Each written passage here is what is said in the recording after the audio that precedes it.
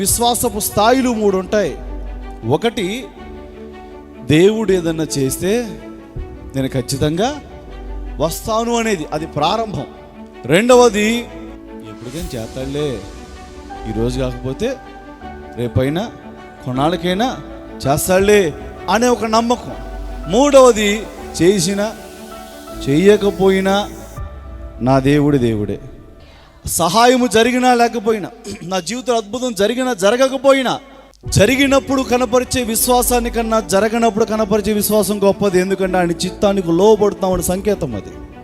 ఓహో, నా జీవితం పట్ల ప్రభుకి ఇలా ఉందనుకుంటా, ప్రభా లోబడుతున్నాను. మనము ఆశించినది జరగకపోయినా నిలబడి భక్తి చేస్తామే, అది నిజమైన విశ్వాసంలో అది పై స్థాయి. పౌలు గారు అడిగారు, అయ్యా అనారోగ్యం ఉంది, బలహీనంగా ఉన్నాను అని ఎన్నిసార్లు అడిగాడు? 3 సార్లు అడిగాడు. బాగా అనారోగ్యం ఉంది ప్రభువా, తీసేపోయావా అని అడిగితే అనేమన్నాడు? తీసి వెయ్యలేదు, నా కృప ఉందిగా చాలే నీకు. పౌలు గారు అడిగింది దేవుడు చెయ్యలా.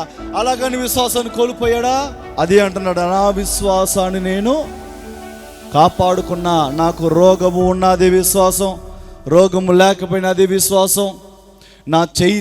నా వస్త్రపు చెంగు తగలగానే అద్భుతాలు జరిగాయి, అప్పుడు అదే విశ్వాసం. నన్ను కొట్టి పెంట కుప్పల మీద పడేసినప్పుడు అదే విశ్వాసం. ఓడ బ్రద్దలే చెక్క పట్టుకొని ఆకలి దప్పులతో ఆ నీళ్ళలో మునిగినప్పుడు అదే విశ్వాసం. పాము కరిచినప్పుడు అదే విశ్వాసం.